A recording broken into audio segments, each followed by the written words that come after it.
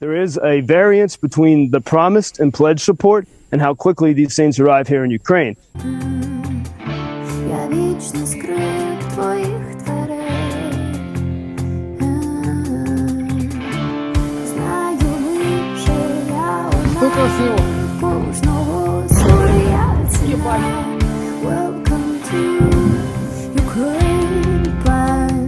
We take you to Ukraine right now, and Joseph Lindsley in Kyiv today. What's happening, Joe?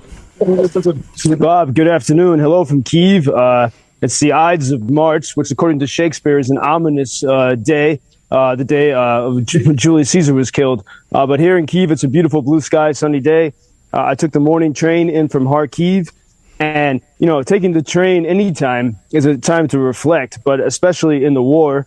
And, these Ukrainian, the daytime trains, they have huge windows, so you get a great view of the passing countryside. And it's such a calm, comfortable experience. It was like being in a library. It was pretty crowded. In fact, Kharkiv and Kyiv both are I feel that there's more life coming back to these cities.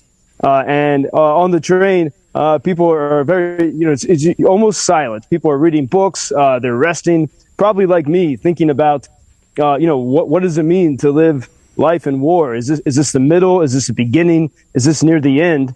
The only noise you really heard on the train every once in a while when there was cell service, occasionally you would hear alarms on people's phones indicating that there was something happening. Maybe I was an hour outside of Kyiv in this 6-hour trip. And I received reports that Kharkiv, the city I had just departed, was under missile attack. There was at least one S-300 Russian missile hit somewhere near the center of Kharkiv right after we left, after a few days of quiet. And so, the war is always close by. As the conductor said, as we were pulling into Kyiv station, and as you passed several buildings that have been destroyed by the Russians, she said, "Welcome to Kyiv station.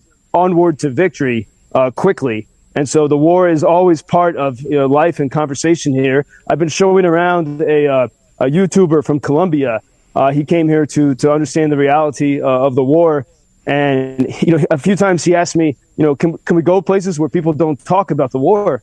I said, no, it's woven into everyone's life. Even in the jokes and the humor and the music, it's always there in the background, especially because it's of the uncertain nature of it. You never know when something could happen, especially when you're in a city like Kharkiv.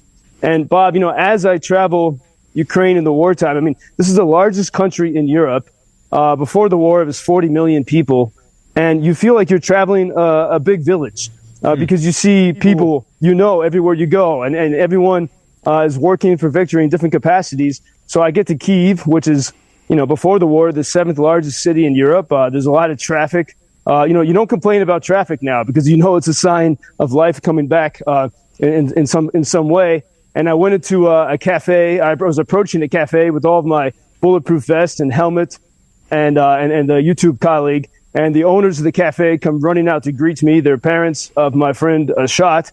Ashot and his girlfriend are doing very dangerous medical evacuations in Kharkiv region.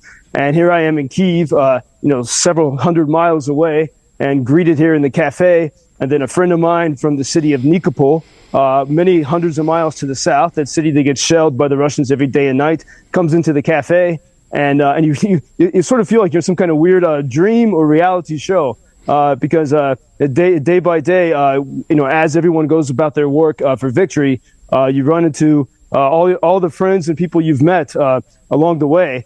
My friend from Nikopol was describing how his neighbor, who he'd known for many years, was out the other day walking his dog and was killed by Russian artillery.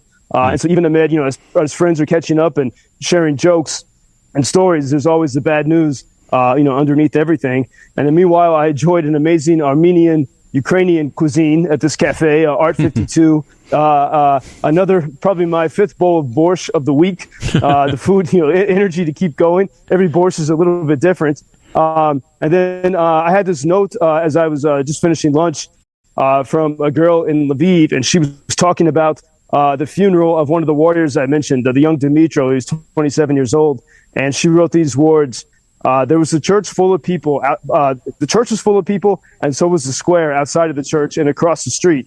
but it was somehow very peaceful and beautiful, if I can say so about a funeral. I try to think that he has simply leveled up and joined the heavenly troops. He's with his friends and with God for eternity. And that's about the young warrior Dmitro, who's killed by a kamikaze Russian drone in the Kherson region a couple days ago.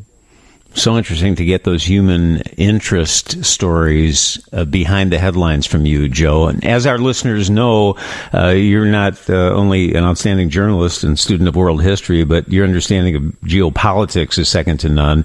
So I wanted to ask you about all the politics going on right now. And as we head into the 2024 election, Putin probably is thinking, if I just hold on for 2 years, maybe a new administration will stop supporting Ukraine. Don't you think?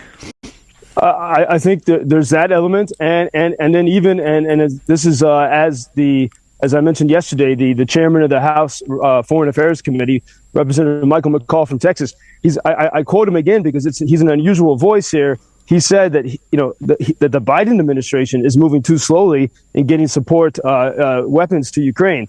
This is a refrain I hear people say very carefully here because they're grateful for the support they receive. But there is a variance between the promised and pledged support and how quickly these things arrive here in Ukraine. And as the chairman of the House Foreign Affairs Committee said, he said, it is in Putin's interest to have a long, drawn-out war rather than a quick victory. And today over lunch we were talking about how that the largest nuclear plant in Europe, which Putin, the Russians control, across from the city of Nikopol, they keep these. That's their joker card. That's how they can continue to try to blackmail the West. And what it takes is, we have to go back and look at history, Churchillian-style leadership to stand up to the tyrants, to Putin, and to end this quickly. And that's a friend in Kharkiv said, in this war, everyone here, Ukrainian and foreigner, has become a superhero, is a Batman, is a Spider-Man. Every single man, woman, and child here. And that's what people are saying. Will leaders in Washington and Brussels and London also become superheroes in this moment? You're our superhero every morning here, Joseph. Thank you. We'll talk tomorrow. Be well. Thank you, Bob. Until tomorrow. Thank you for introducing Ukraine on your social media pages. That's very important that much more people can get more information about the situation here and how everybody can help Ukraine to stay stronger and to save all the world. Что он сказал? Well, which side are you on? На чьей ты стороне? Come on now. Oh, which side are you on? На чьей ты стороне?